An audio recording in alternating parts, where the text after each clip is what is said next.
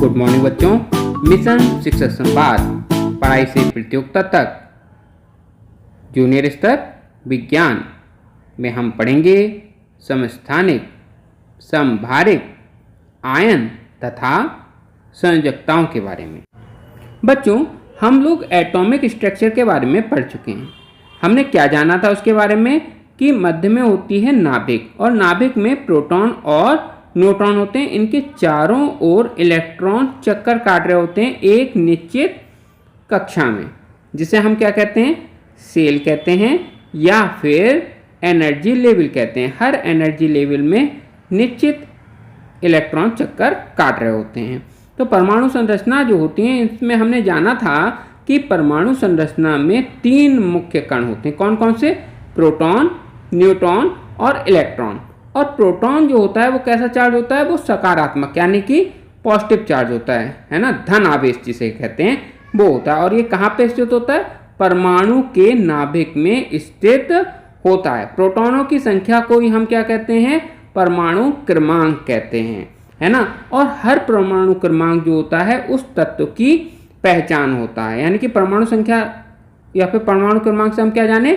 किसी तत्व के परमाणु के नाभिक में उपस्थित प्रोटॉनों की संख्या को उस तत्व की परमाणु संख्या या फिर परमाणु क्रमांक कहते हैं, है ना। इसे जेड से प्रदर्शित करते हैं। और हर तत्व का परमाणु क्रमांक अलग अलग होता है ना। हर तत्व का परमाणु क्रमांक अलग होगा और वही उसकी एक पहचान होगा। सबसे पहले हम जानते हैं परमाणु संख्या या परमाणु क्रमांक क्या होती है। किसी तत्व के परमाणु के नाभिक में उपस्थित प्रोटॉनों की संख्या उस तत्व की परमाणु संख्या या परमाणु क्रमांक कहलाता है। इसे जेड से प्रदर्शित करते हैं और जेड बराबर क्या हो गया फिर? प्रोटॉनों की संख्या। अब चूंकि परमाणु तो उदासीन होता है, इसमें इलेक्ट्रॉन और प्रोटॉन की संख्या क्या होती है? बराबर होती है। तो जेड जब प्रोटॉनों की संख्या है तो वो क्या हुई? इलेक्ट्रॉनों की संख्या भी हुई। हाँ बच्चों, इलेक्ट्रॉन और प्रोटॉन के साथ ही परमाणु में एक और कण होता है जिसे हम कहते हैं न्यूट्रॉन। न्यूट्रॉन न्यूट्रल से बना है। न्यूट्रल माने बिना चार्ज का, यानी कि ऐसा कण जिस पे कोई भी चार्ज ना हो, कोई भी आवेश ना हो। और ये क्या होता है? यह प्रोटॉन के साथ साथ नाभिक में रहता है ना। तो परमाणु क्रमांक में तो ये कोई भी फर्क नहीं डालता, लेकिन द्रव्यमान संख्या में इसका योगदान होता है। द्रव्यमान संख्या प्रोटॉनों और न्यूट्रॉनों की कुल संख्या होती है। द्रव्यमान संख्या से हमें ज्ञात होता है कि परमाणु में कुल कितना द्रव्यमान है। तो किसी तत्व के परमाणु के नाभिक में उपस्थित प्रोटॉनों और न्यूट्रॉनों की संख्या के योग को द्रव्यमान संख्या कहते हैं और इसे ए से प्रदर्शित करते हैं। द्रव्यमान संख्या बराबर क्या हो गई? प्रोटॉनों की संख्या प्लस न्यूट्रॉनों की संख्या। इन दोनों के योग को हम क्या कहते हैं? द्रव्यमान संख्या कहते हैं। किसी तत्व के परमाणु के नाभिक में उपस्थित प्रोटॉन और न्यूट्रॉनों की संख्या को परमाणु भार कहते हैं। इसे ए से प्रदर्शित करते हैं, यानी ए बराबर हुआ प्रोटॉनों की संख्या प्लस न्यूट्रॉनों की संख्या। अच्छा, अब हम जाने परमाणु क्रमांक और परमाणु भार को प्रदर्शित कैसे करेंगे।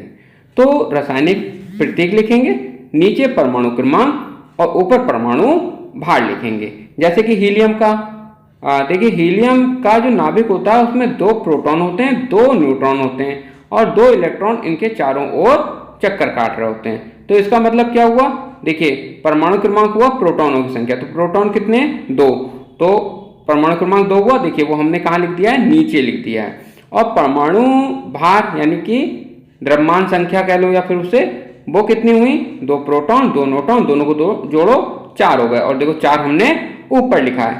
इस प्रकार से हम हीलियम के परमाणु को प्रदर्शित करते हैं। क्लोरीन के परमाणु को हम कैसे प्रदर्शित करते हैं? क्लोरीन के करते हैं इस तरीके से। क्लोरीन का 35 परमाणु भार ऊपर लिखते हैं, परमाणु क्रमांक 17 नीचे लिखते हैं। क्या क्लोरीन को और किसी तरीके से प्रदर्शित किया जा सकता है? जी हाँ, क्लोरीन 2 प्रकार के होते हैं। एक के नाभिक में 18 न्यूट्रॉन होते हैं, एक के नाभिक में 20 न्यूट्रॉन होते हैं। तो 20 न्यूट्रॉन हुए तो परमाणु भार कितना हो गया? 37। तो हम लिखेंगे 37 और Cl और नीचे 17। ऐसा इन्हें क्या कहते हैं? इन्हें कहते हैं समस्थानिक। किसी तत्व के परमाणु जिसकी परमाणु संख्या तो समान हो लेकिन द्रव्यमान संख्या भिन्न भिन्न हो, उन्हें हम क्या कहेंगे? समस्थानिक कहेंगे। जैसे यहाँ पे दी हुई है, देखिए प्रोटॉन तो दोनों में ही 17-17 है, लेकिन न्यूट्रॉनों की संख्या दोनों में बदल गई। एक में 18 हो गए और एक में 20 हो गए। इसीलिए इनका द्रव्यमान संख्या या फिर परमाणु भार बदल गया। एक का 35 है और एक का 37, लेकिन परमाणु क्रमांक दोनों का ही 17 है। इसी प्रकार से कार्बन के भी समस्थानिक होते हैं। कार्बन के 3 समस्थानिक होते हैं। तीनों में ही प्रोटॉन 6 होते हैं और न्यूट्रॉनों की संख्या तीनों में अलग अलग होती है। पहले में 6, दूसरे में 7 और तीसरे में 8। इसी वजह से इनकी द्रव्यमान संख्या भी बदल जाती है। कार्बन 12 की 12 होती है द्रव्यमान संख्या, कार्बन 13 की 13 और कार्बन 14 की 14 होती है। इसी प्रकार हाइड्रोजन के भी 3 समस्थानिक होते हैं, प्रोटियम, ड्यूटेरियम और ट्राइटियम। तीनों का ही एटॉमिक नंबर यानी कि परमाणु क्रमांक 1 होता है, लेकिन द्रव्यमान संख्या क्रमशः 1, 2 और 3 होती है। ये क्यों होती है? देखिए तीनों में ही प्रोटॉन तो एक ही होते हैं, लेकिन न्यूट्रॉनों की संख्या प्रोटियम में एक भी न्यूट्रॉन नहीं होता, ड्यूटेरियम में 1 होता है न्यूट्रॉन और ट्राइटियम में 2 होते हैं। चलिए इनका तुलनात्मक अध्ययन करते हैं। प्रोटियम, ड्यूटेरियम और ट्राइटियम, इन तीनों में ही प्रोटॉन्स की संख्या जो होती है वो 1 होती है, लेकिन न्यूट्रॉन्स क्रमशः 0, 1 और 2 होते हैं। इसी वजह से इनका एटॉमिक मास क्रमशः 1, 2 और 3 होता है। इसीलिए इनका सिंबल जो होता है, प्रतीक जो है, तो हाइड्रोजन जो होता है प्रोटियम, उसमें क्या करते हैं, दोनों ऊपर भी 1 लगा देंगे और नीचे भी 1 लगा देंगे, क्योंकि इसका परमाणु भार भी 1 है और परमाणु क्रमांक भी 1 है। ड्यूटेरियम में ऊपर 2 लिखा जाएगा, नीचे 1, क्योंकि इसका द्रव्यमान संख्या 2 है और एटॉमिक नंबर जो है वो 1 है। ड्यूटेरियम में ऊपर 3 लिखा जाएगा, नीचे 1 लिखा जाएगा, क्योंकि इसका द्रव्यमान संख्या 3 है और परमाणु क्रमांक जो है वो 1 ही है। चलिए अब हम संभारिकों के बारे में जानें। विभिन्न रासायनिक तत्वों के परमाणु जिनमें समान संख्या में न्यूक्लियन यानी कि प्रोटॉन और न्यूट्रॉन होते हैं। इस प्रकार संभारिक में परमाणु संख्या तो भिन्न भिन्न होगी, लेकिन द्रव्यमान संख्या समान होगी। जैसे कि एक उदाहरण के रूप में हम 3 तत्व लेते हैं, आर्गन, पोटेशियम और कैल्शियम। तीनों का जो परमाणु क्रमांक है वो क्रमशः 18, 19 और 20 है, लेकिन इन तीनों का ही द्रव्यमान संख्या एक ही बराबर है, 40 है। ऐसा क्यों होता है? आर्गन में प्रोटॉनों की संख्या है 18, तो इसलिए इसका परमाणु क्रमांक है 18। पोटेशियम का जो प्रोटॉनों की संख्या है वो है 19, इसलिए इसका परमाणु क्रमांक है 19। कैल्शियम का जो परमाणु क्रमांक 20 है, क्योंकि इसमें प्रोटॉनों की संख्या 20 होती है, लेकिन न्यूट्रॉनों की संख्या आर्गन में 22 होती है, तो 22 और 18 मिला के 40 हो गया, तो आर्गन का द्रव्यमान संख्या हो गई 40। और पोटेशियम में आपका न्यूट्रॉन होते हैं 21, तो 21 और 19 मिला के फिर 40 हो गए, इसलिए इसका भी द्रव्यमान संख्या कितनी आई? 40 आई। और कैल्शियम के न्यूट्रॉनों की संख्या 20 होती है, तो 20 और 20 जोड़ के 40 आई, इसीलिए इनके भी द्रव्यमान संख्या 40 होगी। अब हम चलिए आयनों के बारे में जानें। किसी परमाणु से इलेक्ट्रॉन के निकलने या जुड़ने से जो आवेश, धनावेश या ऋणावेश कण प्राप्त होते हैं उन्हें आयन कहते हैं। देखिए जब इलेक्ट्रॉन किसी परमाणु में जुड़ता है तो वो क्या हो जाता है? ऋण आवेशित हो जाता है, और यदि इलेक्ट्रॉन किसी परमाणु में से निकलता है तो वो धन आयन हो जाते हैं। आवेशित कण को आयन कहते हैं।